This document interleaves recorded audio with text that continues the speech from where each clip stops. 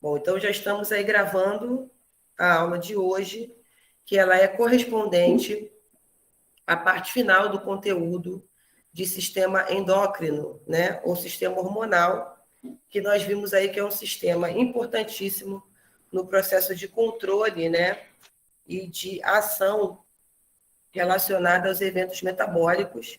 E aí vimos que, juntamente com o sistema nervoso, que também é um sistema importante para esse processo de controle, né, e de mecanismos de ação metabólico, fazem parte aí desses dois sistemas, que são sistemas integrativos, que fazem parte desse controle da regulação, tá, de todos os eventos ligados ao equilíbrio do corpo, né, ou também conhecido como homeostase ou homeostasia. Então, vimos que tudo relacionado ao crescimento do corpo, né, com relação ao balanço hídrico, ao balanço osmótico, relacionado também às questões dos eletrólitos, contração muscular, então, tudo isso está, parte neuronal, tudo isso também tem esse controle referente a essa ação mais lenta e duradoura do sistema endócrino, tá? Então, vou compartilhar com vocês aqui a minha janela.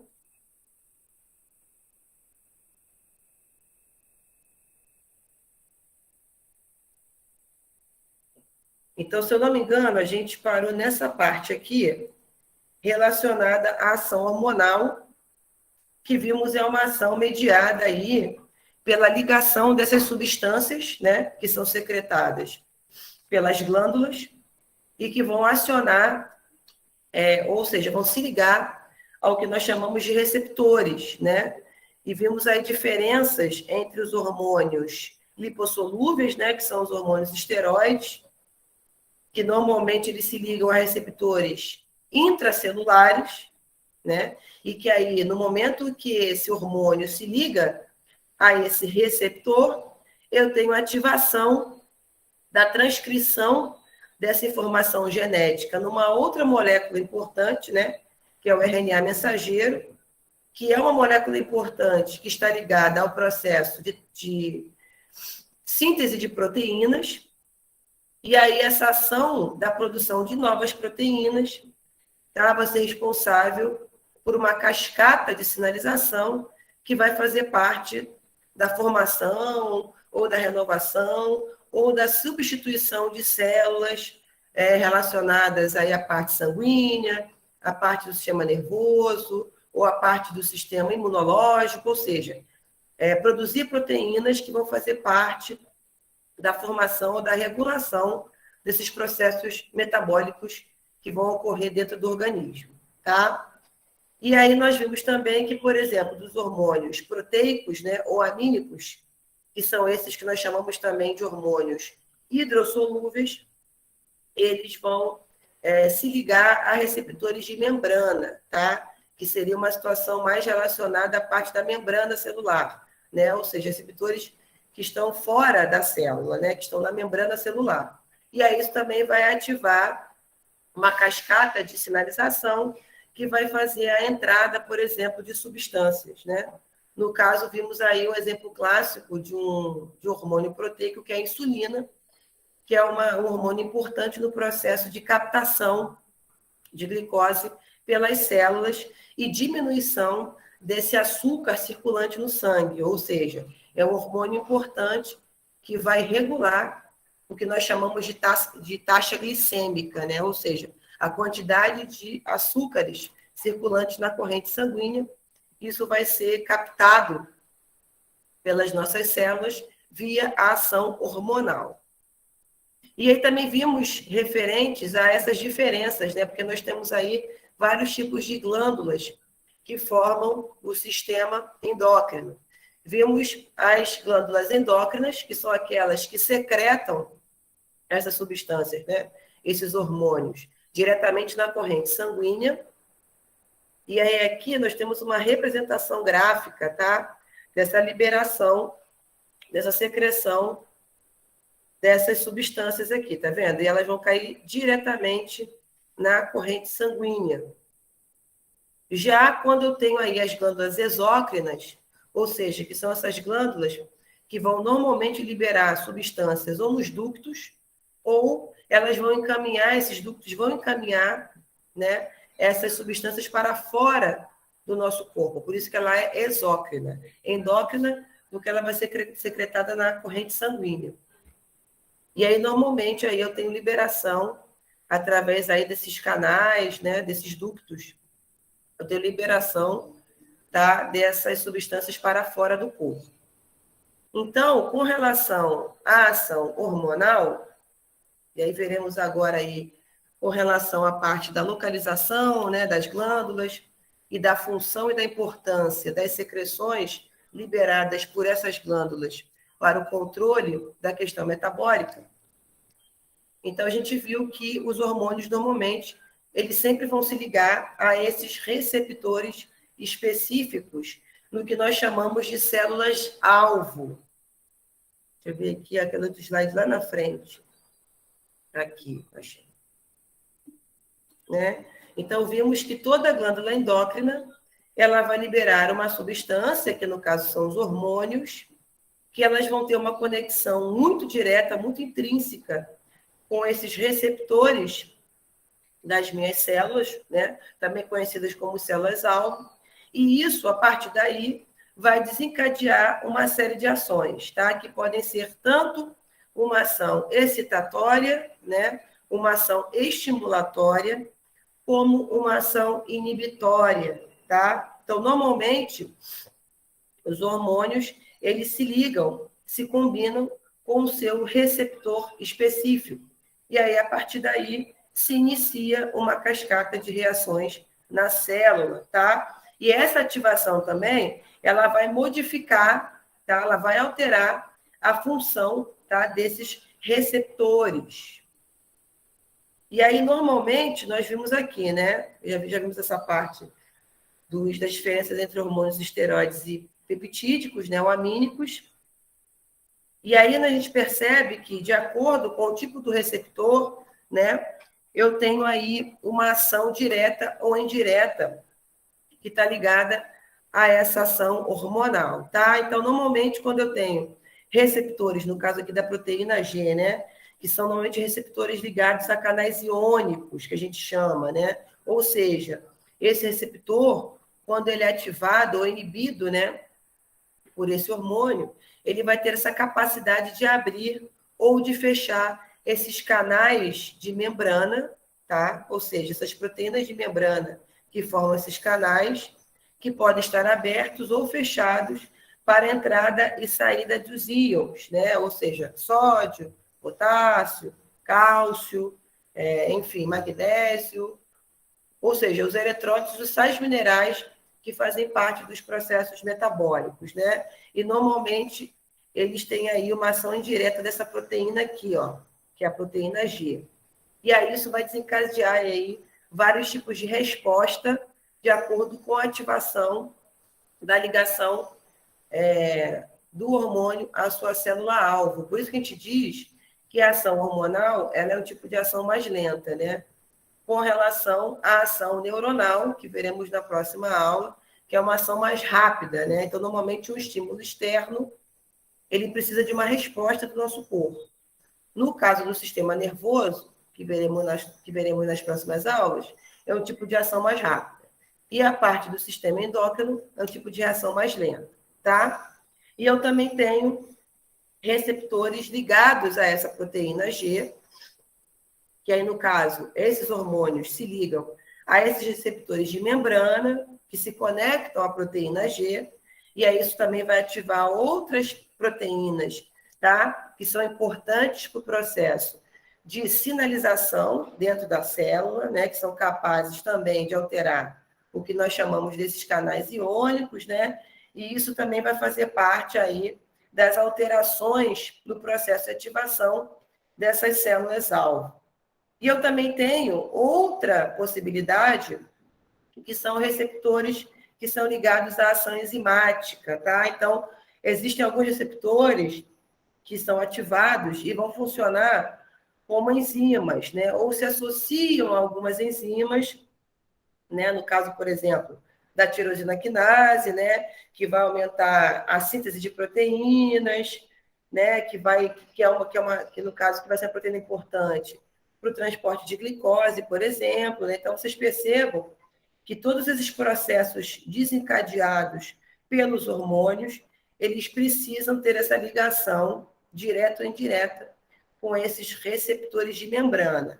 E aí, consequentemente, a célula consegue produzir, né, através do processo ou excitatório ou inibitório, tá? A ação necessária, como ativação, por exemplo, que eu coloquei para vocês, de enzimas, né? Ou a estimulação de algum tipo de secreção celular, abertura e fechamento de canais iônicos. Então, todos esses eventos metabólicos, né, bioquímicos, eles vão ser modulados pela ação hormonal, tá? Porque normalmente é assim que a glândula vai desempenhar esse papel e é assim que essa cascata de sinalização vai dar início, tá, a essas respostas metabólicas. Eu acho que aí até aí que a gente já tinha comentado alguma coisa na aula passada. Deixa eu passar aqui para vocês. Bom, então nós vimos aí com relação à localização e às glândulas, né, ou seja, aos órgãos que formam o nosso sistema endócrino, né, ou seja, o nosso sistema glandular, responsável por essa secreção desses hormônios que vão fazer parte de todos os processos, ou seja, o desencadeamento e a modulação, que nós chamamos aí de feedback negativo. Então, eu tenho normalmente hormônios, né, ou pares de hormônios, que são responsáveis pela ativação, e eu tenho também ação hormonal de inibição relacionada a esses eventos, né, a esses processos, né, metabólicos, esses efeitos metabólicos que a gente chama, né? Então, vimos aí que eu tenho tanto a ação, né, da hipófise ligada ao hipotálamo, que vimos também que essa glândula é uma glândula importantíssima e que possui, né, dois lobos. Deixa eu achar aqui também nós vimos também a parte aqui, ó, da hipófise, ou também conhecida como pituitária, que também é conhecida como glândula mestra, que é essa glândula que vai regular todas as outras glândulas, tá? E eu também tenho uma parte dela, que é essa parte aqui, ó, anterior, que ela é importante para a secreção do que nós chamamos de fatores de crescimento, ou seja, secreções que vão ativar outras glândulas a produzir outras secreções, né, outros hormônios. E eu também tenho a neurohipófise, que também é responsável aí pela produção de mais dois hormônios importantes que veremos hoje aí ao longo da nossa aula, tá? Temos também, vimos aí a ação da tireoide. Alguém pediu para entrar aqui. Que também é um... Sim, querida, pode falar. Professora, não, essa apostila tem outra, é só essa mesmo? Não, Será postei só só essa, essa. né? Ah, tá Aqui bom. já tem tudo. Tá? A tireoide também que nós vimos a localização delas, relacionadas a essa parte aqui do pescoço, né, na traqueia. Normalmente ela envolve essa região. Ela vai ser em forma de U ou em forma de H. E vimos também que eu tenho também as paratireoides, que estão localizadas do ladinho, né, na periferia da tireoide, que são responsáveis aí pela secreção dos hormônios da tireoide, que veremos também hoje, que é o T3, T4, a calcitonina, e no caso do paratormônio, que vai ser liberado pelas paratireoides, né? Vimos também o pâncreas, que é uma glândula mista, que tanto tem ação relacionada ao sistema digestório, no processo de produção do que nós chamamos de suco pancreático, né? Onde eu tenho aí contido enzimas responsáveis pela digestão de carboidratos, pela digestão de proteínas, tá? E também pela ação das lipases, junto também com a bile, e do processo de secreção pelas células alfa e beta, lá das ilhotas de Langerhans, ou ilhotas pancreáticos, no caso da insulina e do glucagon, que são esses dois hormônios aí que também trabalham em forma de feedback negativo, responsáveis ou pela captação de glicose para a formação de glicogênio no fígado, ou num processo de jejum prolongado, eu tenho, então, a recolocação dessa glicose no sangue através da ação da glicogenólise pelo glucagon, né? Ou seja, um capta e o outro coloca, repõe essa glicose no sangue, na alimentação normal e a outra no jejum prolongado. Com relação às suprarrenais, também vimos aí que são glândulas que estão acima dos rins, por isso conhecida como suprarrenais ou adrenais, tá? É outro nome também que a gente dá para essas glândulas. Vimos que, assim como os rins, elas vão ter uma parte chamada de córtex da suprarrenal, que é a parte mais superficial, e uma parte mais interna, mais profunda, chamada de medula da suprarrenal. E aí, dependendo do local, eu vou ter ativação e liberação de hormônios específicos, né? Então, eu tenho hormônios ligados à questão do córtex, e eu também tenho aí os hormônios da medula suprarrenal, que é o caso que a gente vai ver aí das catecolaminas, tá? Que são, no caso, a adrenalina e a noradrenalina. Bom, então, com relação à hipófise e os hormônios relacionados à hipófise, veremos aí tanto os hormônios da parte anterior como da parte posterior, tá? Então, nós vimos também que a hipófise, ela também pode ser chamada de glândula pituitária, tá? E vimos que ela está localizada na base lá do meu cérebro, ligada também a outra parte importante neuronal aqui, ó, chamada de hipotálamo, que é uma glândula importantíssima, é uma glândula mestra que tanto produz hormônios, como também produz o que nós chamamos, né, desses hormônios, que são esses fatores de crescimento, que vão ativar outras glândulas, outros tecidos glandulares, a produzir e secretar esses hormônios, tá? Vimos aí que a pituitária ou hipófise é uma glândula bem pequenininha, parece assim um grão de ervilha, e aí ela vai possuir essas duas regiões, né, esses dois lobos. O lobo anterior, também conhecido como adeno-hipófise, e a parte posterior, conhecida como neurohipófise. E aí, no caso da adenohipófise, ou seja, também conhecida como lobo anterior, tá? Essa região da hipófise vai ser uma região onde eu tenho uma atividade secretora, ou seja, vão ser liberados e secretados, tá? Esses hormônios na corrente sanguínea, tá? E aí nós temos aqui a prolactina, que está relacionado ao processo de ejeção de leite pelas glândulas mamárias, tá? O GH, também conhecido como hormônio do crescimento humano, tá? Por isso que é GH, porque é growth, se eu não me engano, a sigla. Normalmente as siglas dos hormônios, e normalmente também as siglas relacionadas aos vírus, estão todas em inglês, né? Então é growth, se eu não me engano, é growth hormone, que seria o hormônio do crescimento humano, também conhecido como somatotrofina, tá? Então, o GH ou somatotrofina é o hormônio de crescimento, tá? Normalmente, os adrenocorticotróficos, que é representado por esse ACTH, que está relacionado aos hormônios corticotróficos, que veremos aí, que é o caso dos glicocorticoides e dos mineralocorticoides, veremos aí a importância, né, desses hormônios aí no processo de reabsorção de sais, né, aldosterona também é importante nesse processo de reabsorção, que está relacionado às suprarrenais, então fazem parte aí dos hormônios que se ligam naquela região que nós vimos anteriormente, que é a parte do sistema excretor, né, e dos túbulos renais, que fazem aí parte do processo de reabsorção de água, formação de urina e reabsorção aí de substâncias e de sais que, a princípio, não podem estar presentes na urina, tá? Então, a gente vai ver também alguns hormônios relacionados a esse controle da excreção e da formação da urina nesse processo, que estão ligados à hipófise, tá?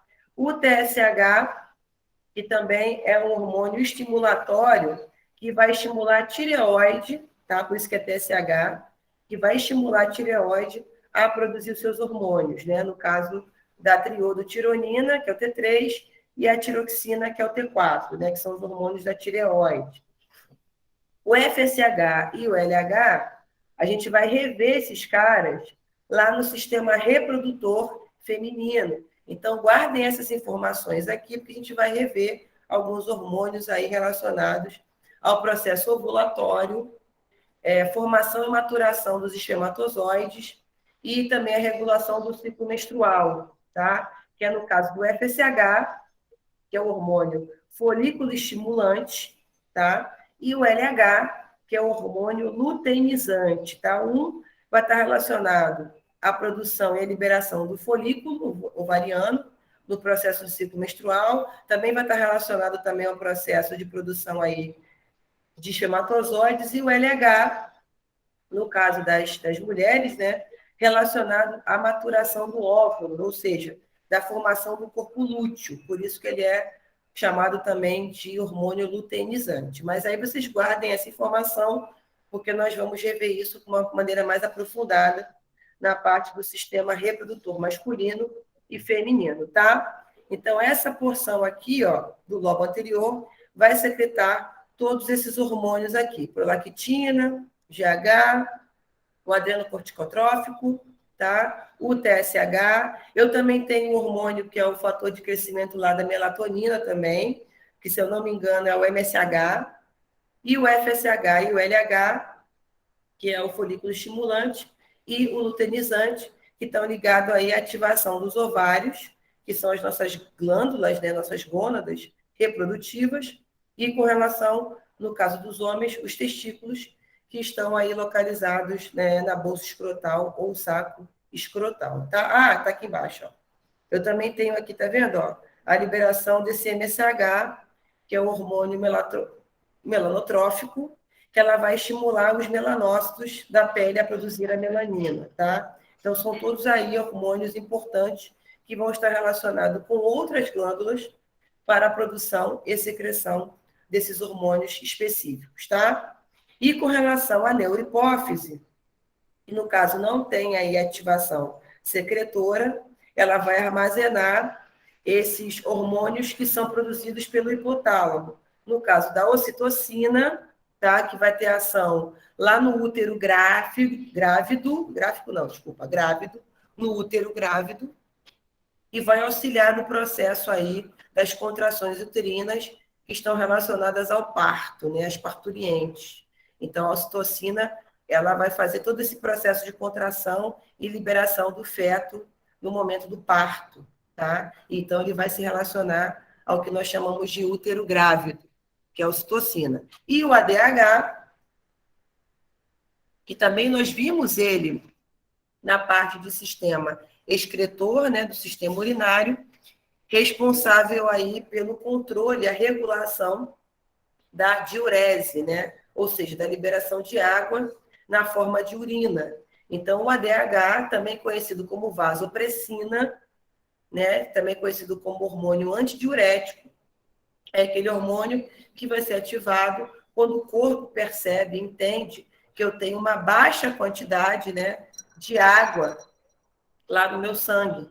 E aí, normalmente, eu tenho uma absorção maior de água nos meus túbulos renais e uma menor excreção de água na formação da urina, né? Para que eu consiga manter a quantidade de água metabólica suficiente, né? Que a gente sabe que é em grande quantidade no corpo, e eu evito essa perda de água na urina através da ação do hormônio antidiurético, tá? E vimos também que o álcool é uma substância que consegue inibir a ação, tá, desse hormônio, ou seja, aumentando o processo de diurese. Alguns medicamentos também, né, chamado antidiuréticos, né, os diuréticos que a gente chama, os diuréticos, também eles conseguem inibir a ação do ADH e, consequentemente, você vai eliminar mais água, né, ou seja, a sua urina vai ficar menos concentrada e em maior volume de água quando você tem aí a ação inibitória, tá? Desse ADH. Então, esses seriam os hormônios da adenohipófise, né? Então, a gente vai agora ver com um pouquinho mais de calma. Aqui, ó. Com relação aos hormônios secretados pela adenohipófise ou lobo anterior da hipófise, tá? Então, no caso, vamos ver aqui, com relação ao GH, por exemplo, né? Que também nós chamamos eles de hormônio de crescimento humano, que é o crescimento normal, tá? Ou também conhecido como hormônio somatotrófico, ou também conhecido como somatotrofina. Então, esses são os nomes aí que a gente encontra na literatura que estão ligados ao hormônio do crescimento GH. Existem alguns atletas, né, de fisiculturismo, enfim, de bodybuilder, que eventualmente utilizam, tá, o GH para favorecer o processo de síntese proteica, né? Aporte de glicose no músculo e aumento da massa muscular, tá? Veremos aí que o GH ele também está relacionado com essas questões ligadas à insulina, né? E à síntese proteica, então, eventualmente, você pode utilizar o GH numa ação exógena, né? Ou seja, de fora para dentro do corpo, através aí da administração de GH sintético, ou para casos específicos, né, de deficiências no processo de crescimento, né? Então, existem algumas crianças que acabam fazendo uso do GH para tentar aumentar a estatura, por conta de uma deficiência na produção aí de proteínas, né, relacionadas ao crescimento, ou também com relação aos dopings. Então, existem também alguns atletas que utilizam como doping químico a utilização do GH sintético para a produção de massa muscular. E isso também pode causar crescimento em algumas outras partes do corpo, né? Então, quando eu tenho uma deficiência de GH, a gente vai ver que eu tenho um decréscimo, tá, da estatura normal do indivíduo, e quando eu tenho um excesso da liberação desse GH, eu posso ter aí um crescimento exagerado de partes do corpo, né, relacionado à acromegalia ou ao gigantismo, né? Que normalmente quando aquele indivíduo ele acaba superando a estatura média e acaba ficando maior do que deveria, né? Enfim, geneticamente falando, né? E aí também pode trazer algumas consequências aí relacionadas à parte circulatória, cardíaca, tá bom? Então, a somatotrofina, ela é hormônio do crescimento, né? Ela normalmente ela vai atuar na parte do crescimento normal, modulando essas questões referentes ao que nós chamamos de herança quantitativa, né? No caso da parte genética, né? Então, a herança genética que você recebe dos seus pais, isso vai definir a sua estatura, né? Quanto que você vai crescer ao longo do seu processo evolutivo, né? Então, normalmente, o GH, ele atua como um facilitador, tá? Da expressão do potencial genético que você tem de chegar até uma certa estatura média, tá? Em torno aí de 30%. Então, alguns indivíduos têm uma propensão genética a chegar até 1,80m ou, assim, ou até mais de 1,80m, e às vezes indivíduos que vão chegar no máximo aí até uma estatura mediana de 1,50m, 1,60m, e variações relacionadas aí entre 1,50 m até por volta de 2 metros, né? Que são as pessoas aí muito altas. O gigantismo seria o gigantismo e o nanismo, né? Que seriam as pessoas anãs, as pessoas muito altas, acima de 2 metros, aí, 2 e pouco, seriam os extremos da curva, né? Mas normalmente o GH ele vai atuar aí como um facilitador dentro da sua própria expressão do potencial genético de cada indivíduo, é aquilo que você herda, tá? De características do seu pai, 50% do seu pai, 50% da sua mãe, tá? Normalmente o GH ele vai ter uma secreção mais baixa durante o dia, né? E uma elevação mais alta de liberação durante a noite. Por isso que a gente brinca, né? A gente fala assim de uma maneira lúdica, que dormir, né? Você ter uma qualidade do sono, isso ajuda no processo de crescimento, né, do indivíduo. Por isso que normalmente as crianças e os adolescentes têm uma tendência a dormir mais do que se você comparar pessoas adultas ou pessoas que já numa fase mais da senescência, né? Mais da velhice. Normalmente, as crianças e adolescentes têm uma tendência a dormir mais, porque normalmente nesse processo da primeira fase do sono, onde eu tenho uma elevação maior da produção, tá, de GH. Outras coisas que podem interferir, além dessa questão aí do dia e da noite, né, que podem interferir no processo de secreção desse GH, é a questão do seu estado metabólico e também com relação aos níveis de estresse, tá? Isso também pode afetar a questão da liberação de GH. Por isso também que a gente fala que quem faz atividade física intensa ou que tem um objetivo, por exemplo, de aumentar a massa muscular, enfim, é importante que você durma e que você tenha uma qualidade do sono, porque é o estresse, a insônia, né? Essas questões relacionadas a esses estímulos externos também podem afetar a questão secretatória desses hormônios, no caso específico do GH, tá? A idade também, né? Você vai ficando mais velho, essa produção de GH também vai diminuindo, o processo de desnutrição, o processo de jejum prolongado, tá? Isso também vai afetar a produção de GH, porque elas vão elevar a liberação de glicose, normalmente, né? E no caso de gorduras, na forma de ácidos graxos livres, tá, no sangue, e isso também vai se relacionar à inibição do GH. Então, a desnutrição e o jejum prolongado também dificultam a liberação de GH, tá? Normalmente, o GH, ele não vai agir numa célula-alvo específica, tá? Normalmente, o GH, ele tem uma ação mais generalizada, né? O GH ele vai ser um tipo de hormônio que ele vai ativar o aumento do número das minhas células, ou seja, ele é um tipo de hormônio que ele vai auxiliar no processo de proliferação celular, ou seja, com relação à duplicação, né, a divisão celular, que é no caso das mitoses, que eu acho que também vocês viram isso na parte da citologia, né? Então, como é que o seu corpo ele se renova? Como é que o seu corpo consegue crescer, desenvolver músculo, osso? Como é que ele consegue estruturar uma fratura, por exemplo, uma lesão, através do processo de divisão celular. No caso do crescimento do corpo, ou seja, da produção de células somáticas, de células que formam o corpo, eu estou falando da mitose. E com relação à divisão, que está ligada à produção e diferenciação dos gametas sexuais, no caso dos gametas sexuais masculinos, que são os espermatozoides, né? E os óvulos, que são os gametas sexuais femininos, eu tenho um outro processo de divisão chamado de meiose. Então, acho que vocês devem ter visto isso, ou um pouquinho disso na parte de citologia bioquímica. Então, o GH, nesse caso, ele vai ativar o aumento do tamanho das minhas células e também desses processos de proliferação celular saindo. Tá?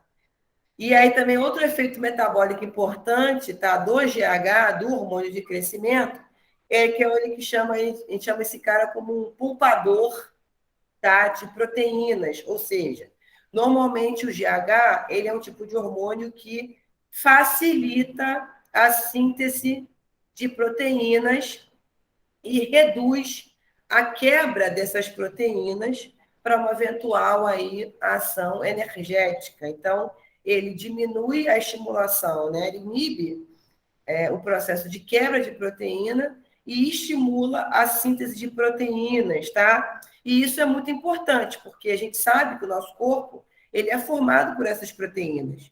Então, se eu tenho um hormônio que facilita, que estimula esse processo de síntese de proteínas, eu tenho um crescimento e o desenvolvimento do meu tecido muscular, tá? Eu também tenho o aumento, tá, da utilização das gorduras como fonte de energia, tá? Porque dentro desses processos aí de formação de energia do corpo, a gente sabe que a primeira via energética vai ser o açúcar. E aí, em contrapartida, a segunda via de ação vão ser as gorduras. Então, o GH, ele aumenta, tá, a utilização dessa segunda via de utilização de energia, né, de formação de energia, que é as gorduras, e aumenta a síntese proteica. Por isso também que normalmente os atletas, né, enfim, de MMA, de fisiculturismo, utilizam o GH sintético, porque ele vai auxiliar no processo da formação da massa muscular, então o cara vai ficar mais forte, e também o cara vai perder gordura.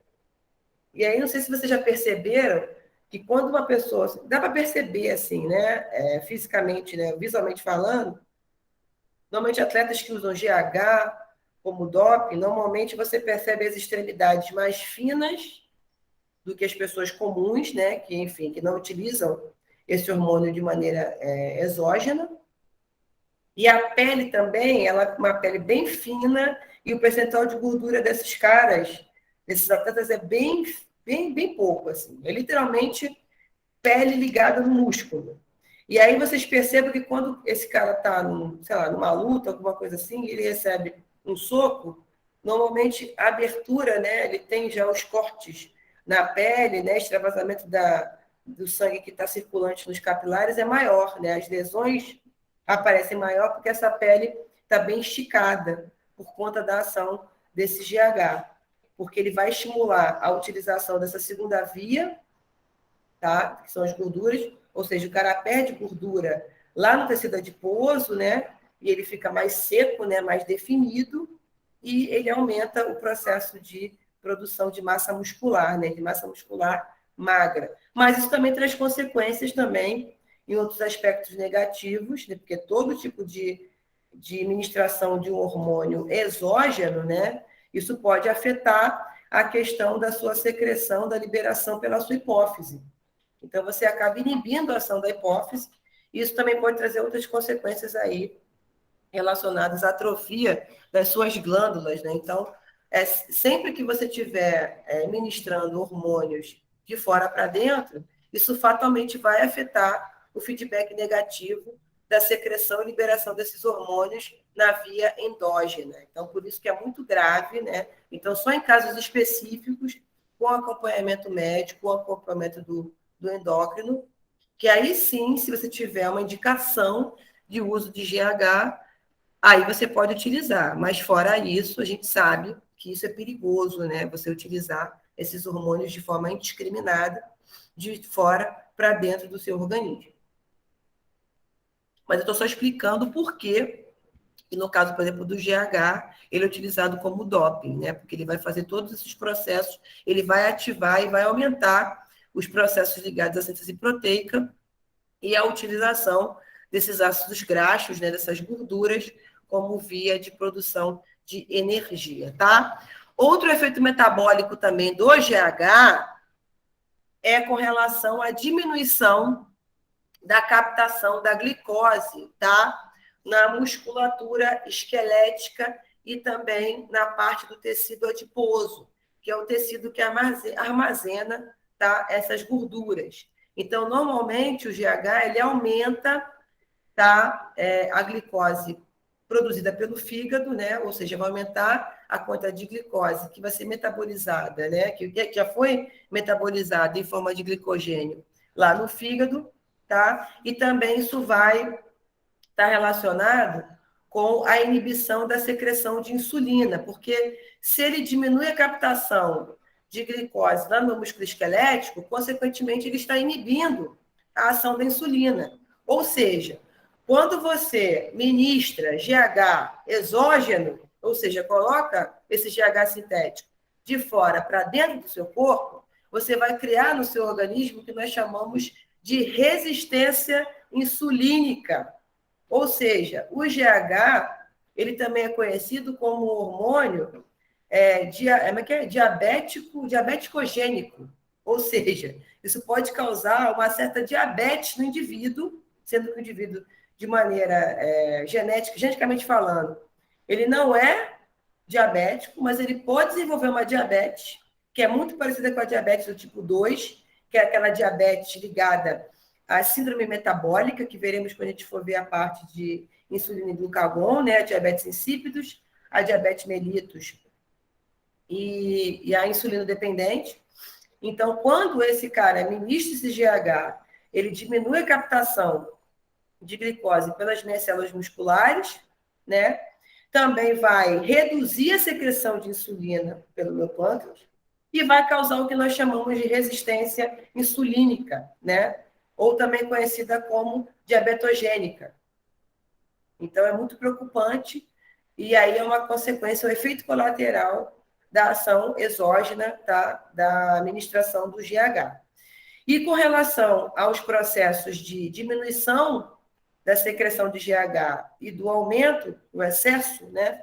Nós temos aí o nanismo hipofisário, que seria um distúrbio hormonal, tá? Então, existem algumas patologias e eventuais síndromes que estão relacionadas ao que nós chamamos de distúrbios hormonais, tá? No caso do nanismo, que também é conhecido como nanismo hipofisário, tá? O indivíduo ele vai ter uma diminuição dessa liberação desse GH e, consequentemente, ele vai desenvolver uma estatura abaixo da média por conta dessa hipofunção da hipófise, tá? E aí, consequentemente, essa hipófise vai produzir menos GH, tá?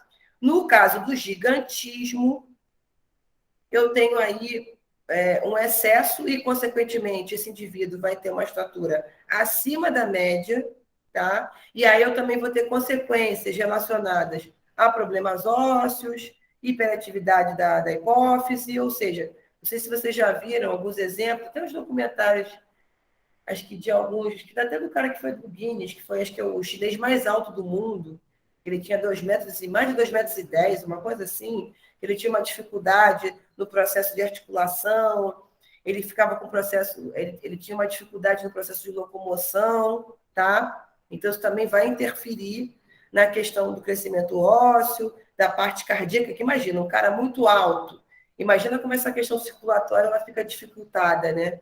Como é que o coração precisa fazer mais força para bombear sangue para todas as partes do corpo de um indivíduo que tem gigantismo, né? Então, isso também vai afetar outras questões metabólicas.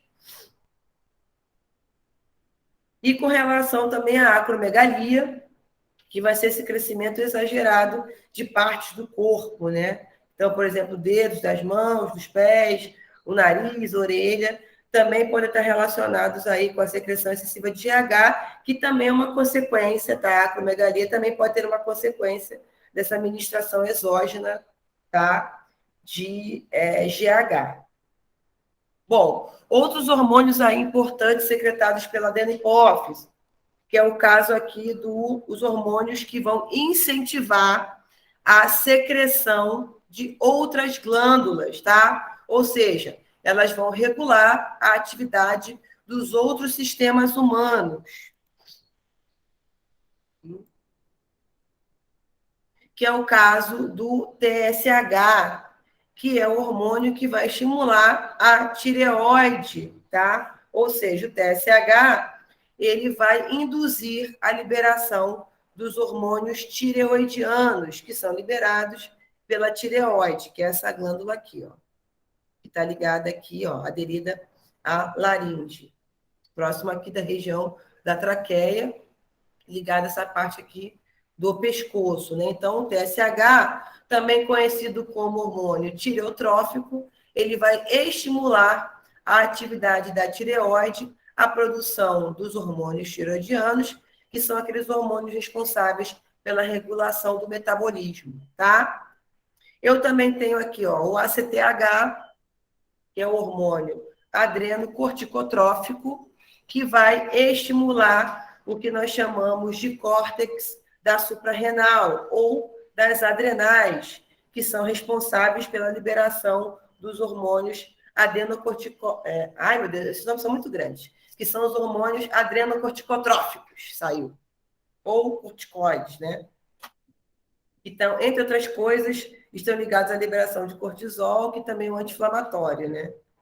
Quando você está no processo inflamatório, normalmente você vai administrar via acesso, né, um analgésico ligado a um corticoide, para que eu tenha uma ação mais rápida, né, da ação da analgesia nos processos aí relacionados às inflamações, né, às dores e às inflamações. E também, então, no caso do ACTH, ele vai estimular o córtex da suprarrenal, tá? O LH, que é o hormônio luteinizante, ele vai estar importante no processo de liberação de dois hormônios importantes aí, tá? O estrogênio e a progesterona, e também a produção de testosterona, tá? Então, no caso dos homens, tá? O LH, ele vai estimular, a gente vai ver isso na parte de sistema reprodutor, tá? As células ligadas à produção de testosterona nos testículos, também conhecida como células intersticiais, tá?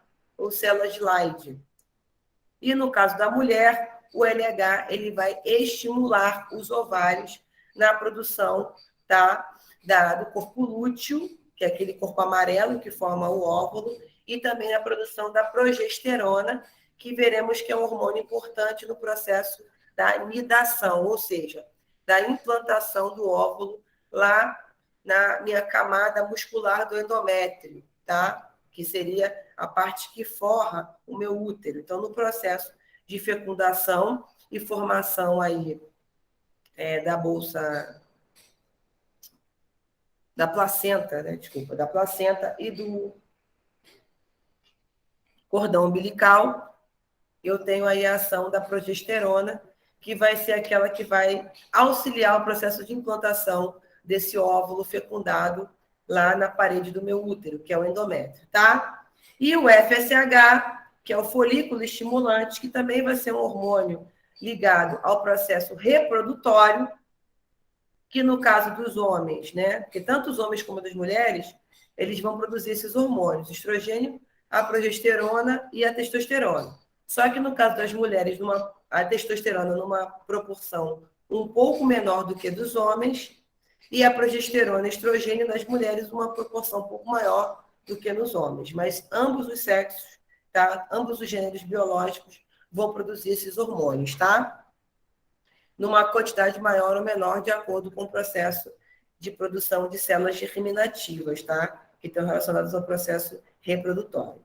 Então, o FSH, ele vai ser importante na maturação, tá? Na diferenciação das células germinativas, né? No caso dos homens, a produção dos espermatozoides. E no caso da mulher, ela vai estimular a liberação dos folículos, ou seja, do amadurecimento do óvulo e da produção desses folículos, tá? Pela ativação do estrogênio lá liberado pelos meus ovários, tá? Então, são esses aí, o GH, o TSH, o ACTH, o LH e o FSH, e a prolactina são os hormônios aí secretados, os hormônios relacionados à adenohipófise.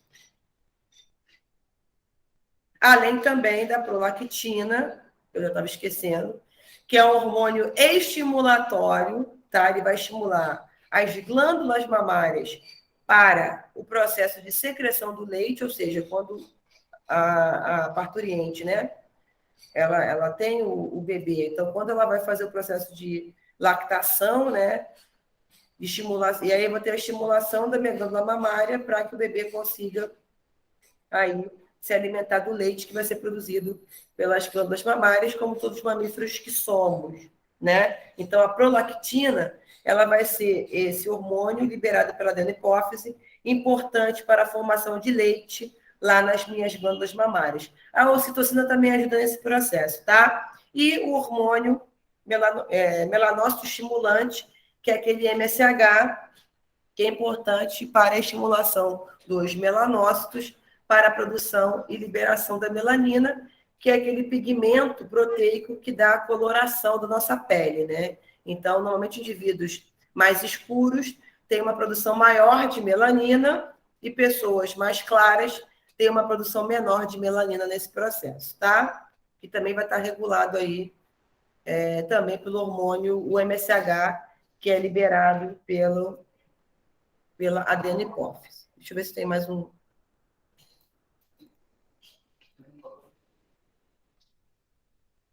Não, vou falar agora. Meu pai agora virou e falou assim, mas você não falou do T3, T4. Eu falei, não, pai, eu vou falar do T3, T4, fique tranquilo.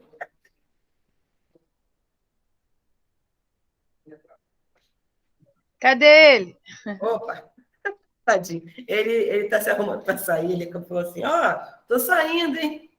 Não fala, esquece de falar da tireoide. Falei, não. É que meu pai, ele é técnico em radiologia, né? Eu comentei com vocês. E quando a minha mãe ficou doente, né, a segunda vez que ela ficou doente, né, e ficou do câncer, a gente começou ele principalmente, né, começou a desenvolver uma... Meu pai é autodidata, né? Não é porque é meu pai não, mas... Então, ele aprende sozinho. Isso desde que eu me entendo por gente, tudo que eu aprendi na escola, ele me ajudava em casa, ele estudava sozinho, aprendia para me ajudar a fazer dever de casa, me ajudar a estudar em casa. Então, meu pai ele é autodidata, então ele consegue ler vários tipos de conteúdos e aprender sozinho. E aí, nessa, ele começou a estudar muito sobre essa questão hormonal, suplementação. Então, ele hoje em dia, ele sabe até muito mais, às vezes, do que eu, em alguns aspectos, porque ele se especializou, porque essa suplementação ajudou minha mãe a ter uma sobrevida um pouco maior em relação aos processos quimioterápicos, né? A gente sabe que a quimioterapia, ela é muito agressiva, né? Ela causa muitas consequências positivas no sentido de redução dos tumores, mas eventualmente acaba matando, destruindo outras células, né? Isso dificulta a renovação celular, a angiogênese, enfim, questão insulínica, e aí a suplementação ela ajudava nesse processo. E aí, por conta disso, meu pai também conhece muito sobre essa parte hormonal, né, de suplementação. Ele brincou falando isso. Então, com relação aos hormônios da tireoide, né, que são os hormônios ligados aí aos processos regulatórios metabólicos, né? Deixa eu ler aqui, passei muito rápido. Bom, então, com relação aí à tireoide, né? Então, quais são os hormônios liberados por essa glândula aqui, né? A tireoide, que são hormônios importantíssimos, tá? Então, no caso, os hormônios tireoidianos, que até você consegue avaliar essa questão quantitativa hormonal, né, pelos hemogramas, quando o médico passa lá, né, os hormônios da tireoide, TST4, TGO, TGF, que são esses processos relacionados aí à questão metabólica, né? Então, nós temos aqui, a tiroxina, também conhecido como T4, e a triodotironina, que no caso não está aqui, mas tem a triodotironina, que deve estar em alguma outra tabela aqui, mas depois vocês vejam com mais calma, tá? E eu também tenho a calcitonina. Então, são esses 3 hormônios que estão ligados aí à glândula tireoidiana, né? No caso, a T4, que é a tiroxina, a T3, que também é conhecida como triodotironina, e a calcitonina. No caso da T3, T4, são os hormônios que vão influenciar a questão metabólica corporal. Então, são os hormônios da regulação metabólica, né? E aí, dependendo da secreção em excesso, no caso do hipertireoidismo, né? Ou da baixa da secreção desses hormônios tiroidianos, que é o hipotireoidismo. Isso vai afetar a questão metabólica, né? Principalmente na parte relacionada à queima das gorduras e dos açúcares, entre outros processos também relacionados aí à parte metabólica, tá? Existe também uma deficiência, uma carência nutricional, que é a carência de iodo. Por quê? Porque o iodo, ele é um elemento químico, tá? Os sais de iodo são sais importantes para a estimulação da produção desses T3, T4 pela glândula tireoide, tá? Então, a gente precisa consumir iodo na nossa dieta alimentar para que eu tenha a estimulação da produção, tá, desses hormônios. Por isso que quando a gente vai consumir, por exemplo, sal de cozinha, não sei se vocês já tiveram a curiosidade de ver a parte da tabela nutricional. E aí, quando você vai ver o rótulo, você vê lá, sal iodado. Ou seja, por quê? Porque uma época, aqui no Brasil, o sal que era consumido, que era comercializado, ele não tinha essa proporção de iodo, né? O sal refinado, que a gente chama, né? Não tinha essa composição de iodo. E aí começou a haver uma epidemia, tá, de bócio, ou também chamado de papeira, que é quando eu tenho um aumento exacerbado do tamanho da minha glândula, né? E isso também causa outras consequências, como a xeroftalmia. Sabe aquelas pessoas com o olho assim esbugalhado? Também podem estar relacionados ao hipotireoidismo, né? Que é uma baixa da produção desses hormônios. O bócio, né, mergulhante, ou a papeira, também é um tipo de patologia ligada à diminuição da secreção. Mas no caso do bócio, é uma questão mais da carência nutricional, da desnutrição ou da ingestão baixa de iodo, tá, no processo de alimentação. E aí a glândula acaba aumentando de tamanho para conseguir aumentar a sua superfície de contato, porque ela percebe, por sinalização química, que existe pouco iodo circulante no sangue. Então, ela aumenta a sua superfície de contato, ela gera uma hipertrofia da glândula para conseguir absorver um número maior de iodo, já que eu tenho pouco iodo circulante. Então, por isso que a pessoa fica com aquele papo, né? Que é o chamado do bócio. Que é o que, no caso, na época, era o bócio endêmico, né? Então, aquelas regiões onde as pessoas, a população, tinha uma carência baixa de iodo, você vê com mais frequência essas pessoas com a glândula aumentada, tá? E a parte do hipotireoidismo, que seria uma disfunção hormonal, que também pode causar o aumento da glândula, e a xeroftalmia, que é também o olho seco e aquele olho mais esbugalhado, né? Que também pode estar relacionado com distúrbios hormonais.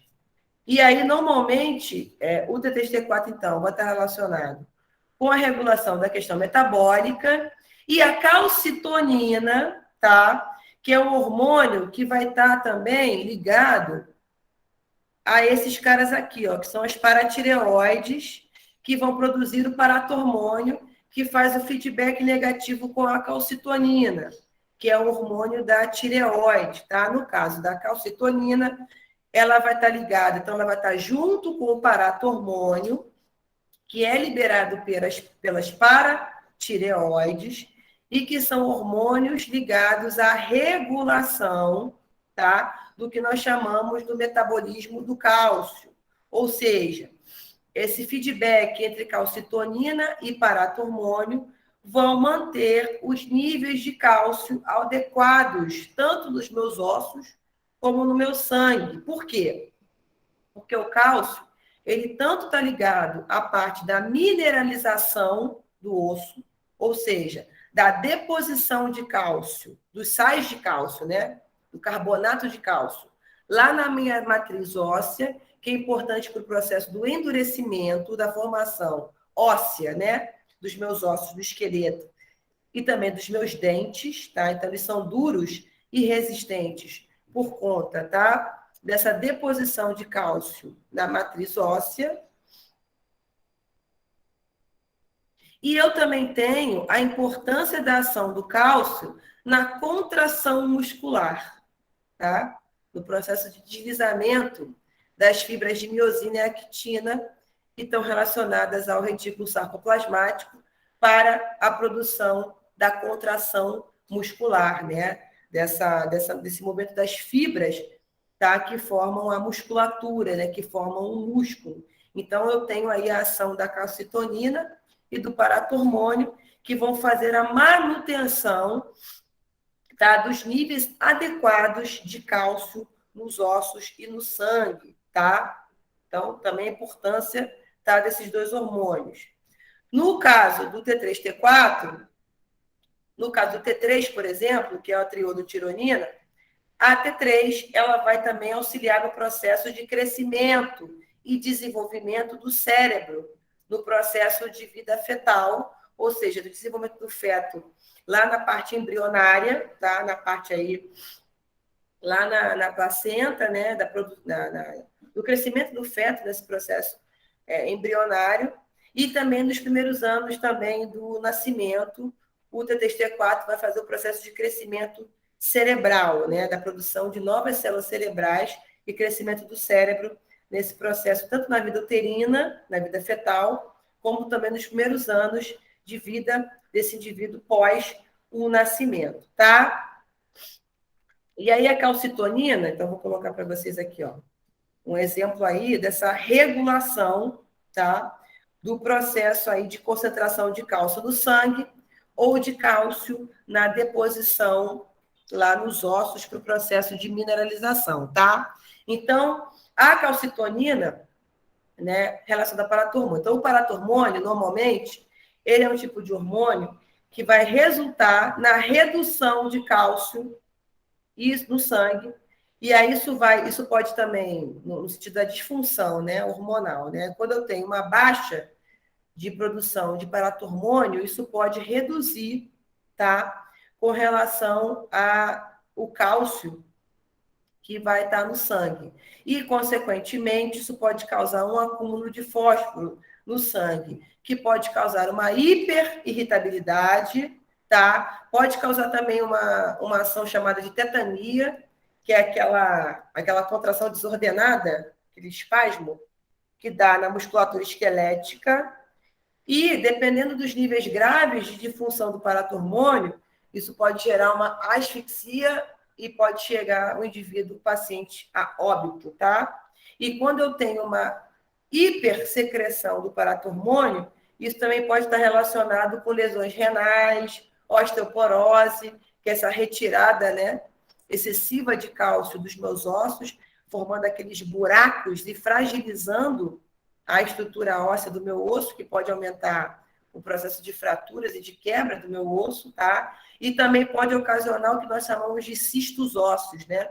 Que é esse acúmulo de cálcio produzindo esses tumores, esses cistos, que são formados por esse cálcio, né, em excesso. Então, vamos lá. Com relação à modulação aí do paratormônio e da calcitonina, que é um feedback importante, né?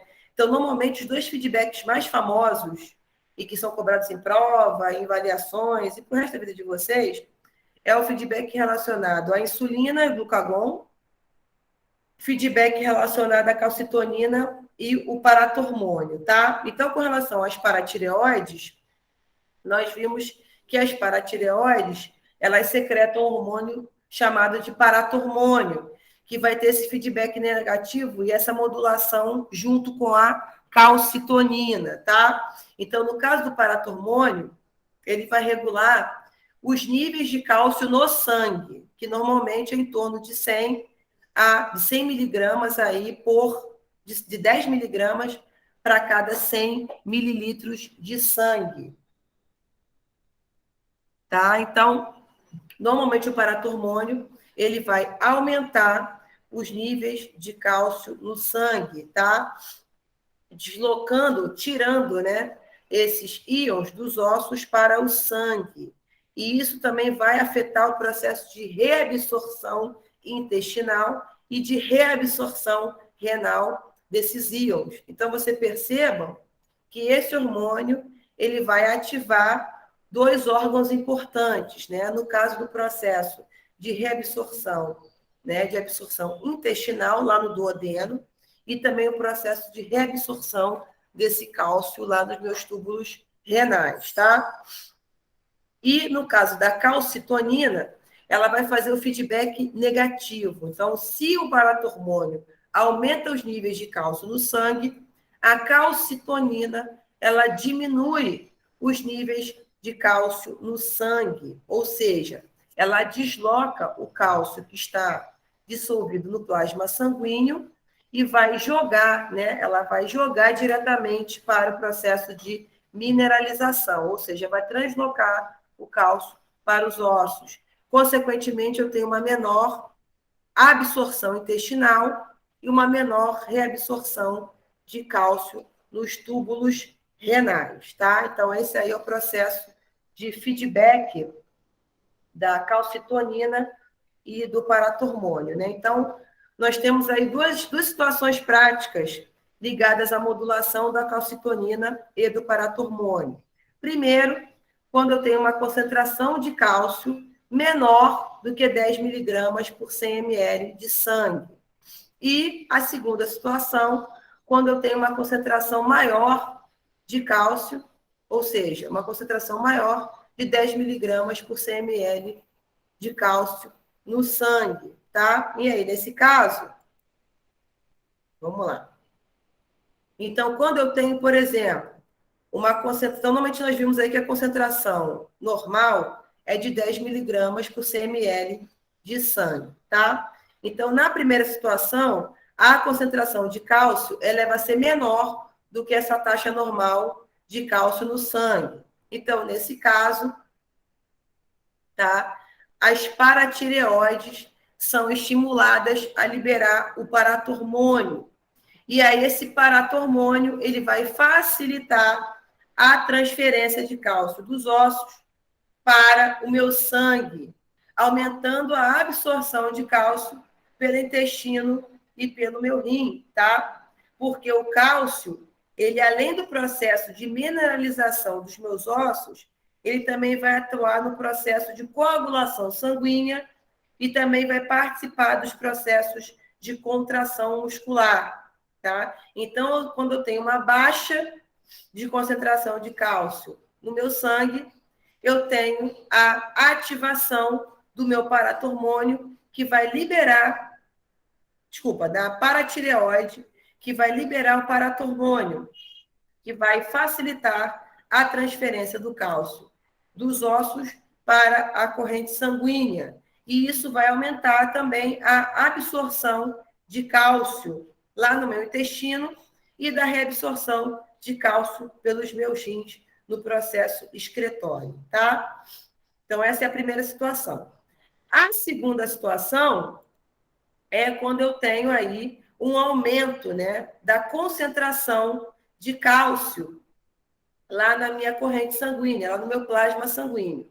E aí, nesse caso, a tireoide vai ser estimulada a liberar a calcitonina, que é esse hormônio que facilita, que auxilia o processo de transferência de cálcio dos ossos, de cálcio no sangue para os ossos, ou seja, ela diminui a absorção de cálcio pelo meu intestino e também a diminuição de cálcio, de reabsorção de cálcio pelos meus túbulos renais, tá? Porque o cálcio, aí, nesse caso, vai ser importante para a mineralização do meu osso. Então, quando eu tenho uma diminuição, então, recapitulando e fechando essa ideia. Então, quando eu tenho uma diminuição de cálcio na minha corrente sanguínea, isso vai ativar lá as minhas paratireoides a liberar o paratormônio, que vai facilitar a transferência de cálcio dos ossos para a corrente sanguínea, aumentando também a absorção intestinal e a reabsorção pelos túbulos renais. E quando eu tenho um aumento da concentração de cálcio no meu sangue, eu tenho a estimulação da tireoide na liberação da calcitonina, que vai fazer a transferência, a estimulação da transferência do cálcio do sangue para os ossos, diminuindo a absorção de cálcio pelo meu intestino e diminuindo a reabsorção de cálcio pelos meus túbulos renais. Beber aqui uma aguinha. Então, acho que agora ficou tranquilo. Então, o paratormônio sempre vai estar relacionado com a concentração de cálcio no sangue. A calcitonina sempre vai estar relacionada com essa transferência, com essa translocação de cálcio para a deposição na matriz óssea e, consequentemente, o processo de mineralização do osso, tá? E aí, os distúrbios relacionados à calcitonina e o paratormônio podem afetar e podem ocasionar lesões renais, a osteoporose e também pode levar à formação de cistos ósseos, tá? Dependendo do processo aí de disfunção relacionado à parte da calcitonina e do paratormônio, que são hormônios relacionados aí à concentração de cálcio, né? Então, eles vão modular os níveis adequados de cálcio no sangue e nos ossos. Acho que até aí, tranquilo, né? Então, já vimos aí a parte dos hormônios tireoidianos, T3, T4, as disfunções hormonais relacionadas à hiperativação da tireoide, que é a hipertireoidismo, e da disfunção, que é a hipofunção da glândula, que é o hipotireoidismo, e aquela carência nutricional relacionada ao bócio mergulhante ou ao bócio endêmico, que é o aumento da minha glândula tireoide.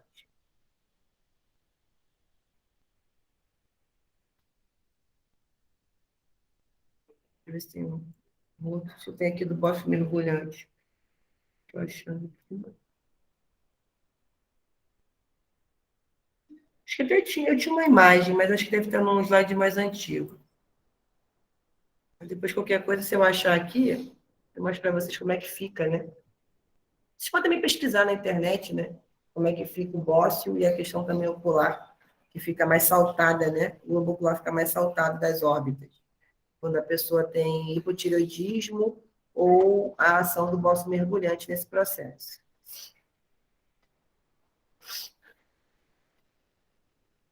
Então, já vimos aí os hormônios da tireoide, os hormônios das paratireoides. Já vimos também os hormônios tireoidianos. Bom, então agora vamos ver a parte agora das suprarrenais, ou os hormônios adrenais, que também são hormônios importantes aí, tá?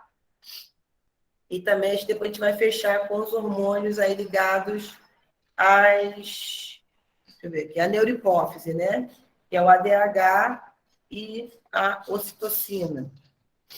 Ou a oxitocina também, tá? Então, às vezes aparece como ocitocina com C, em algumas literaturas aparece como oxitocina com X, que são os dois nomes aí relacionados aos hormônios da neurohipófise ou hormônio neurohipofisários, tá? Mas não está errado a grafia, não. Pode ser ou tanto ocitocina com C, como oxitocina com X, tá? Então não tem erro aí na parte da grafia. Bom, com relação aos hormônios aí das adrenais ou das suprarrenais, então são essas glândulas que estão ligadas na parte superior de cada rim, do rim direito e do rim esquerdo, tá? Que são as glândulas suprarrenais.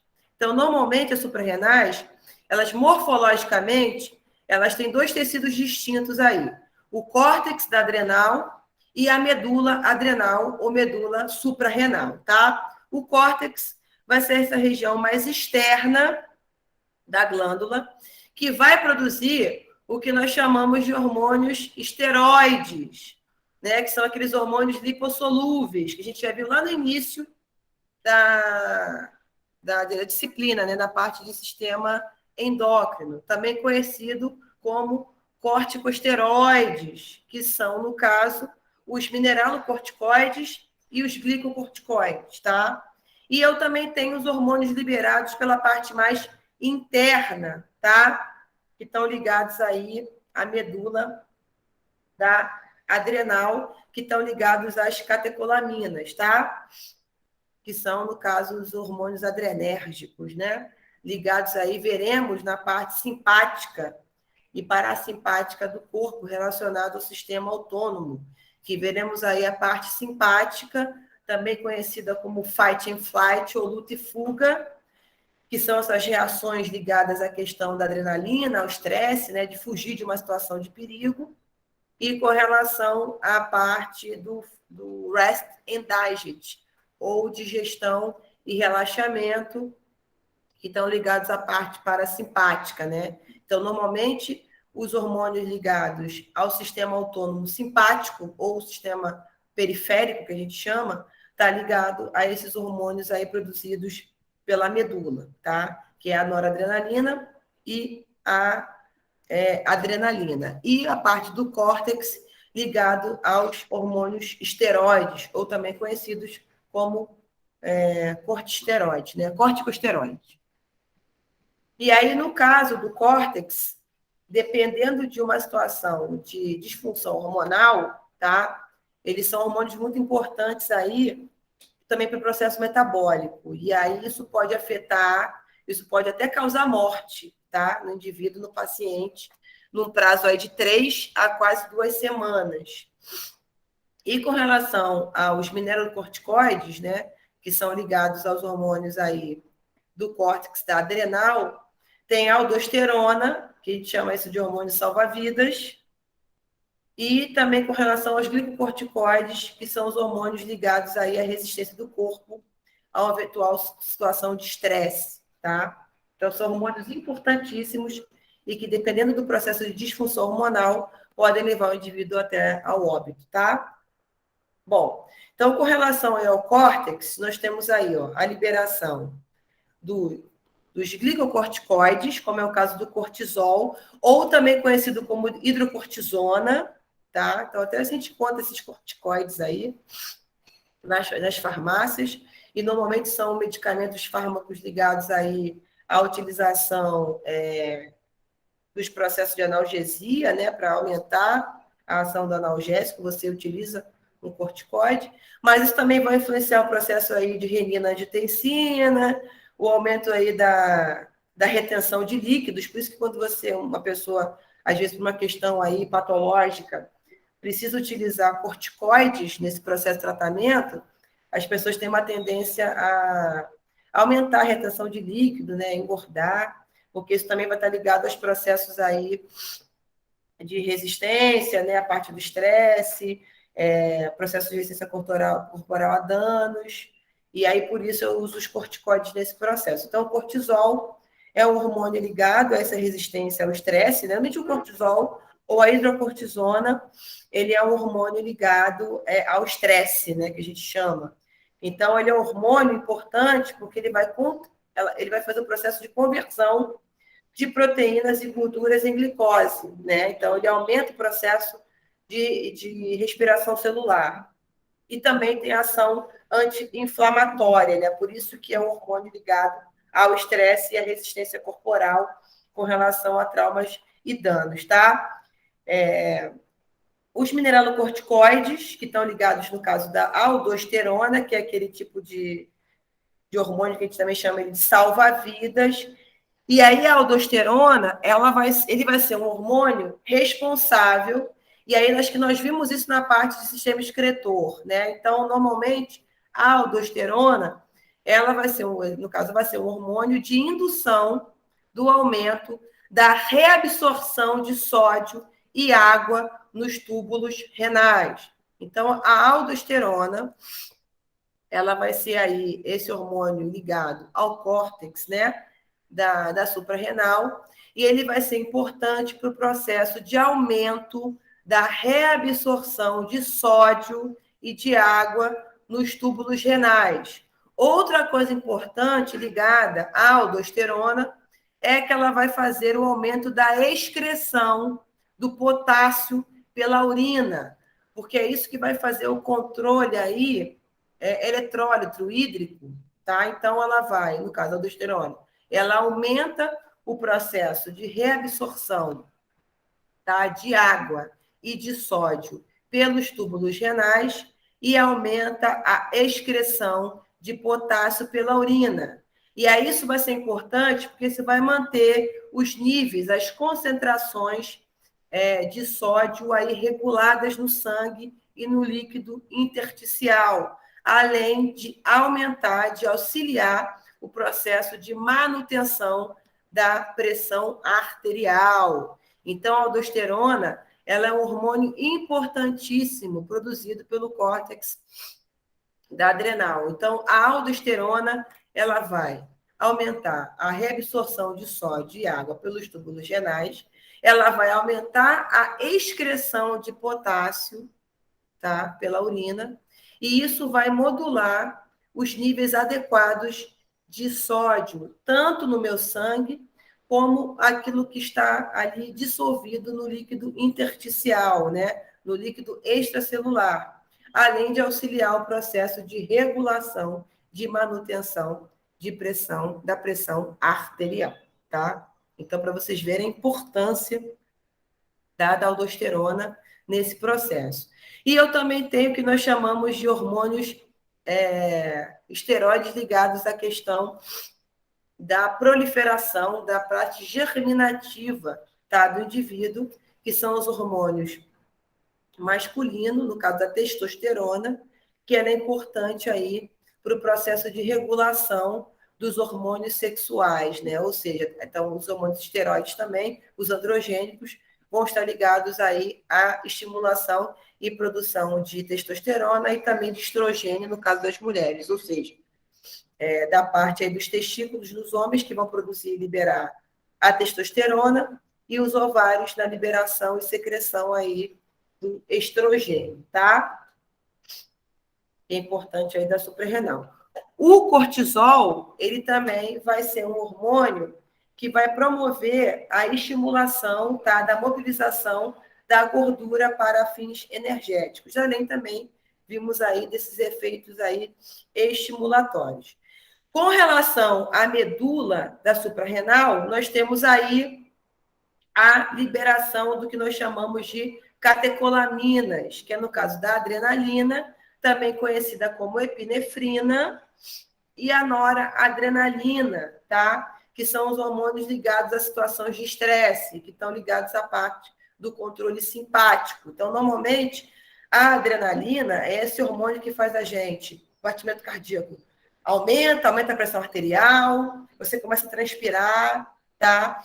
O caso da vasodilatação, né? O sangue começa a circular uma maior capacidade, né? Mais rápido para a musculatura esquelética, para o cérebro, porque é um tipo de hormônios que estão ligados à ação rápida, né? Quando você está numa situação de estresse, você precisa sair daquela situação, que o seu corpo precisa de rápido, ele vai liberar, através da medula renal, da medula suprarrenal, a epinefrina e a adrenalina, que são essas catecolaminas, tá? E também no caso da medula, ela também vai produzir, né, no caso desses hormônios que nós chamamos desses hormônios, né, eles também são conhecidos como hiperglicemiantes. Então, hormônios ligados, por exemplo, ao glucagon, que a gente vai ver isso na parte aí do pâncreas, adrenalina, a somatotrofina, que é o GH, a triodotironina, que é o T3, o cortisol, também podem ser conhecidos como hormônios hiperglicemiantes, tá? Eles aumentam aí o processo de glicemia, ou seja, eles aumentam a taxa de açúcar no sangue, tá? E aí, para fechar, eu acho que já está terminando, a parte do feedback aí com relação ao pâncreas, que também é outra glândula importantíssima no processo de feedback negativo relacionado às taxas glicêmicas, né? Ou seja, a taxa de açúcar no sangue. Então, vocês viram isso na parte de sistema digestório, e aí estamos aqui recapitulando a ação do pâncreas. Então, o pâncreas nós já vimos que é uma glândula mista, que tanto vai ter o papel de glândula exócrina, ou seja, de secreção, de liberação lá no intestino do suco pancreático, e também vai ter uma ação endócrina, na parte da secreção hormonal, da parte da insulina e do glucagon, tá? Lá pelas ilhotas de Langerhans. Então, normalmente, as células beta dessas ilhotas vão produzir insulina, que é o hormônio que regula a glicemia, ou seja, a taxa de glicose no sangue. E as células alfa que vão produzir o glucagon, que é o hormônio que aumenta a taxa de açúcar no sangue, tá? Então, normalmente, o glucagon ele vai ser liberado no processo de jejum prolongado e a insulina no processo ligado aí à alimentação, quando você consome uma quantidade aí de carboidratos que precisam ser armazenados no fígado. E aí, quando eu tenho um aumento, né, dessa disposição de açúcar, né, circulante na corrente sanguínea, nós vimos aí que a insulina é importante porque ela vai se ligar ao receptor de proteína, né, lá da membrana, que vai auxiliar o processo de captação de glicose lá por essas proteínas que se ligam à glicose, tá? E aí, no caso aqui, ó, duas situações, né, que nós vimos aí. Então, normalmente, as taxas normais de glicemia do sangue, elas chegam num máximo aí de 100 miligramas por 100 ml de sangue, que é aquelas taxas de até 99, quando você faz aquele teste de glicemia. Então, quando excede essa quantidade de glicose no sangue, pode ser que o indivíduo esteja aí com uma propensão a de repente, uma resistência insulínica, até chegar também a um diabetes, ou diabetes tipo 1 ou diabetes tipo 2, tá? Então, quando você se alimenta, você aumenta a taxa de glicemia. Consequentemente, as suas células beta são estimuladas a liberar essa insulina no sangue. Então, essa insulina, ela facilita o processo de difusão facilitada, que vocês viram também na parte da citologia, ou seja, a captação, a entrada de glicose nas células, tá? Isso também facilita o processo de conversão, de transformação dessa glicose em glicogênio, que é a nossa reserva energética, que tanto vai ficar armazenada na nossa musculatura esquelética, como também no fígado. E isso vai resultar na diminuição da taxa de glicose no sangue para os níveis normais, que é entre 70 a 100 miligramas por 100 ml de sangue. E na segunda situação, né? Por exemplo, eu estou agora num jejum prolongado. Então, desde a hora que eu tomei café até a hora que eu estou dando aula para vocês, eu ainda não me alimentei. Então, eu estou num processo de jejum prolongado, ou seja, eu estou com uma baixa de açúcar circulante no meu corpo, né? Então, está abaixo daquele valor que são os valores normais. E aí, o que o meu corpo está fazendo nesse momento? E também no caso de vocês que estão aí em jejum assistindo a aula. Então, eu tenho a estimulação lá pelas minhas células alfa da liberação do glucagon.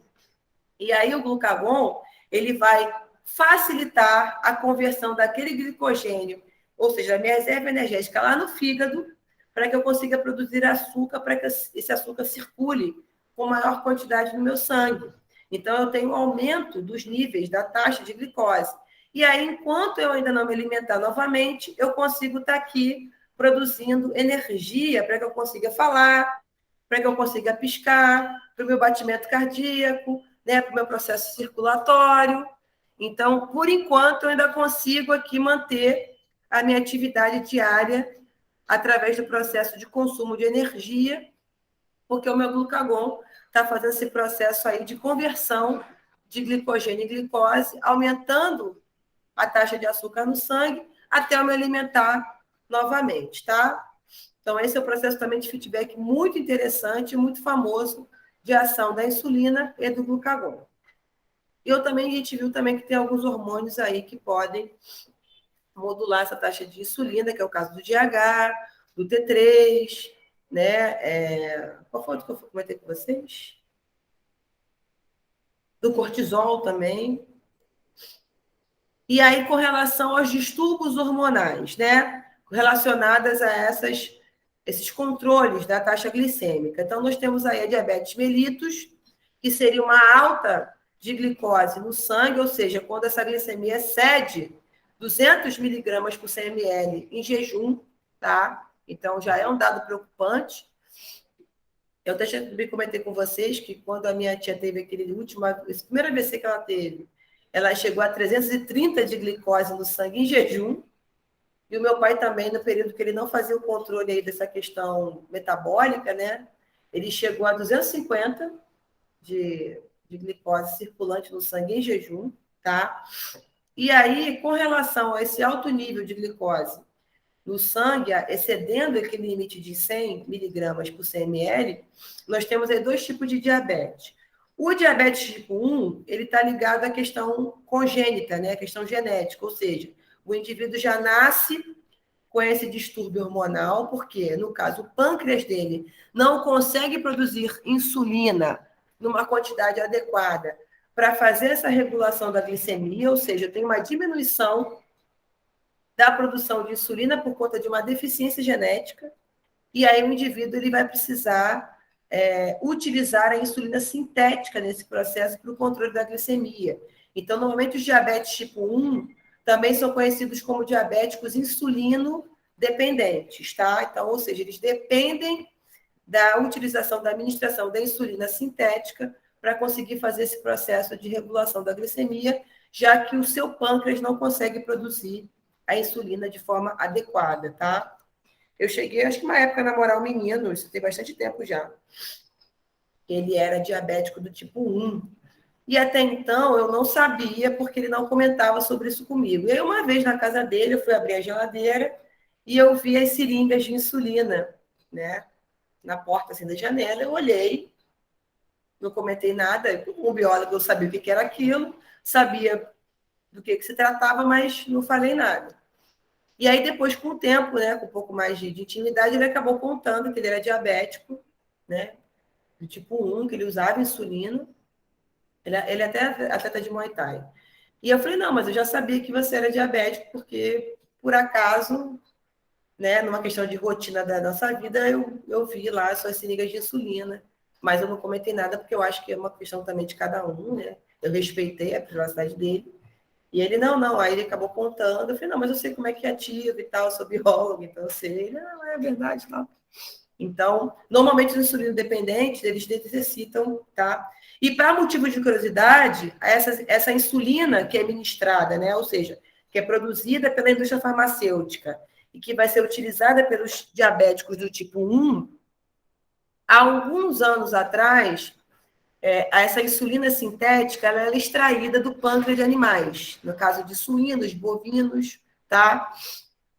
Ou seja, eles eram extraídos e eram purificados do pâncreas de outros animais que teriam uma relação genética, né? Uma compatibilidade genética com as nossas células, né?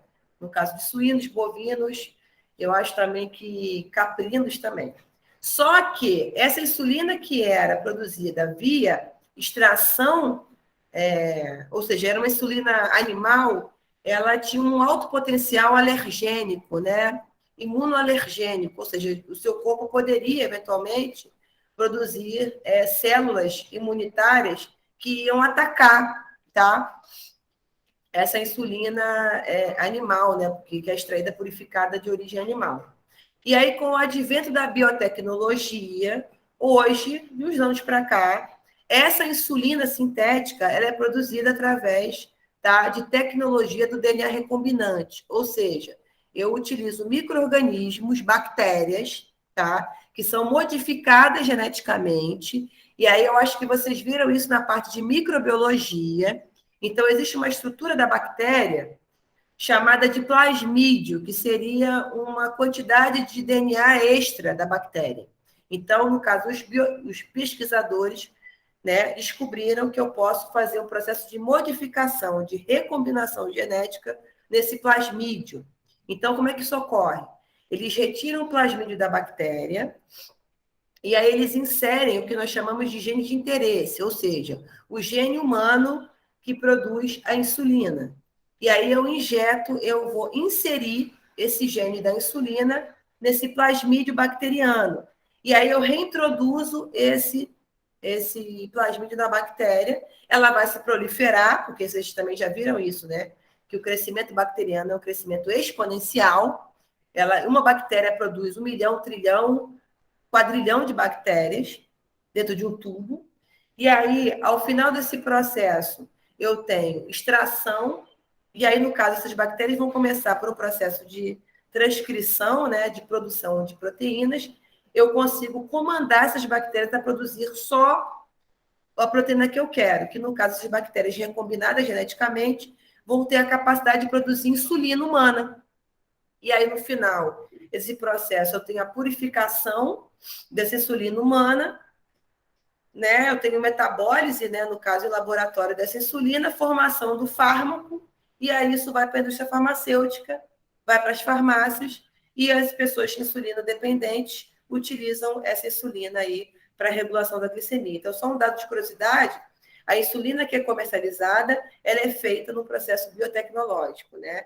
Que nós chamamos de tecnologia do DNA recombinante, ou seja, tem uma recombinação do plasmídio bacteriano que vai passar a ter capacidade de produzir essa insulina humana para a utilização da indústria farmacêutica. E, se eu não me engano, alguns anos atrás, isso foi até questão do Enem, tá? Isso cai muito também nos vestibulares relacionados à produção de fármacos ou de outras substâncias químicas utilizando micro-organismos, no caso das bactérias, e os fungos também eu acho que são utilizados nesse processo, tá? Deixa eu ver aqui. Bom, então, acho que nós conseguimos ver tanto os hormônios das suprarrenais, os hormônios relacionados à adeno e da neurohipófise, os hormônios aí da tireoide, das paratireoides e o pâncreas, tá? Então, agora, para fechar, eu tenho aqui acho que 2 ou 3 quadros com um resumo teórico aí, então, das glândulas, que também é importante. Então, para quando vocês estudarem, sempre relacionar a glândula ao hormônio que ela produz e secreta e a atuação desse hormônio nos processos de regulação da questão fisiológica metabólica do corpo, tá, gente? Então, é assim a dica que eu dou para que vocês consigam interagir melhor com esses conteúdos relacionados à parte hormonal. Então, resumo teórico, né? Então, nós vimos aí a parte aqui mais neurológica, né, de controle neurológico da produção ou possível secreção de hormônios. Nós temos aí a glândula pineal, que eu comentei com vocês, que é aquele hormônio que vai liberar a melatonina, que é regulada lá pela minha adenohipófise, né, que vai liberar aquele hormônio melanotrófico, que vai produzir melanina, e a bineal, que vai produzir a melatonina, que vai ser importante para o processo de regulação dos ritmos biológicos, ou seja, o cortisol faz a gente acordar, a melatonina faz a gente dormir, né? Então, nesses processos de quando está amanhecendo, tem a liberação alta taxa de adrenalina de cortisol, e quando você vai em processo de vigília, né, pela parte do sono, a liberação da melatonina pela glândula pineal, tá? Os hormônios aí ligados ao hipotálamo... Ih, meu Deus, passou muito rápido.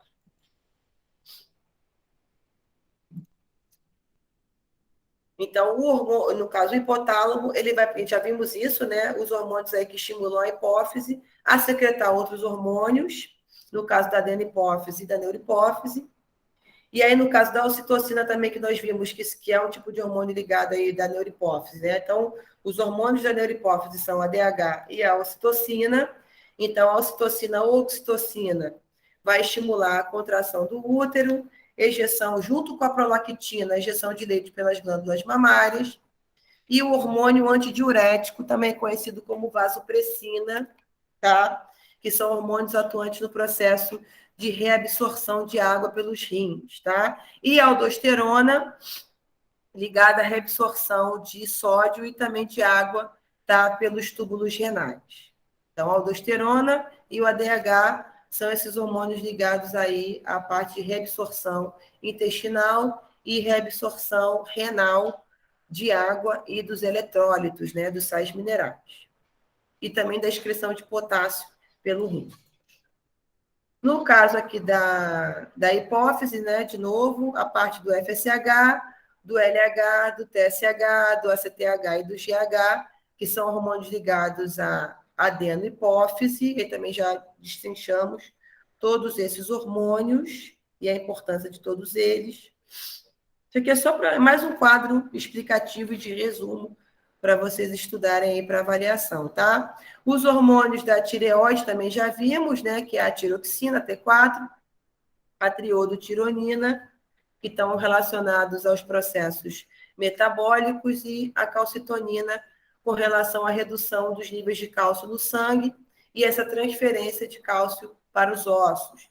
E as paratireoides, que vão liberar o paratormônio, que vai fazer feedback negativo com a calcitonina, que vai aumentar os níveis de cálcio no sangue.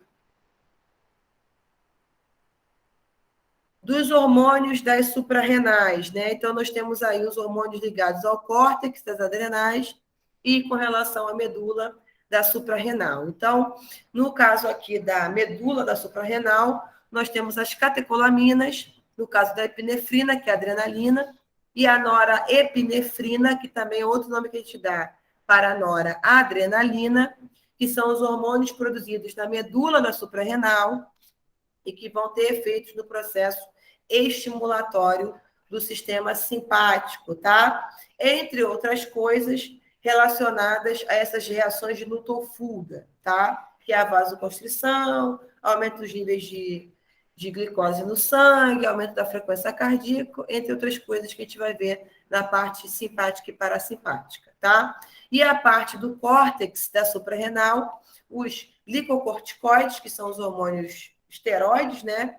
E os mineralocorticoides, que estão relacionados à questão do metabolismo da glicose, e os mineralocorticoides relacionados à reabsorção de sódio, tá? E reexcreção de potássio pelos rins. E também fazem o processo aí de regulação com a aldosterona, né? Da pressão arterial e da concentração aí de sais no sangue, tá? E o pâncreas, que vai liberar aí, né? No caso, a insulina, que vai ser importante para o processo de redução da taxa de glicemia do sangue, e o glucagon, que vai aumentar a taxa glicêmica do sangue.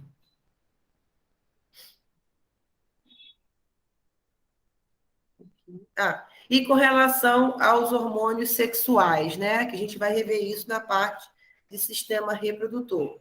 Então, os ovários, que são nossas gônadas femininas, vão liberar o estrogênio, que vai participar, né, primeiro das características sexuais secundárias, e também com relação ao ciclo menstrual, e a progesterona, que vai também estar ligada ao ciclo menstrual, e também da preparação do útero para o processo de nidação, né, que seria a implantação desse óvulo fecundado para o processo de crescimento do endométrio, e os testículos, que são as glândulas masculinas, responsáveis pelo processo de produção da testosterona, que vai estar relacionado ao desenvolvimento do sistema reprodutor, né, masculino, e também da correlação à produção das células germinativas, que é o caso dos espermatozoides, tá?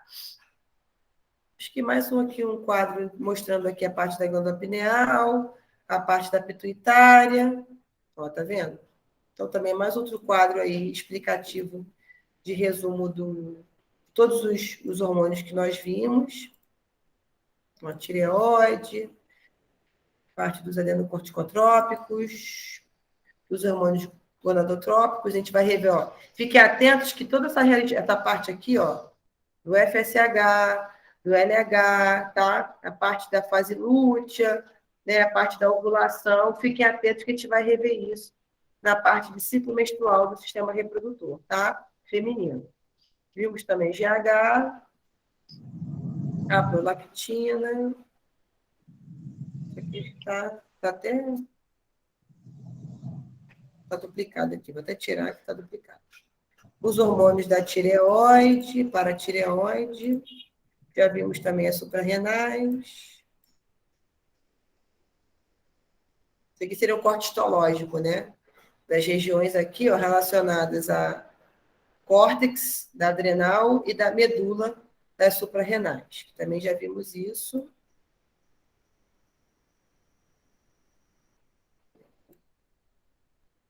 Também fique atento que a gente vai rever isso aqui, ó, na parte de sistema reprodutor masculino, tá?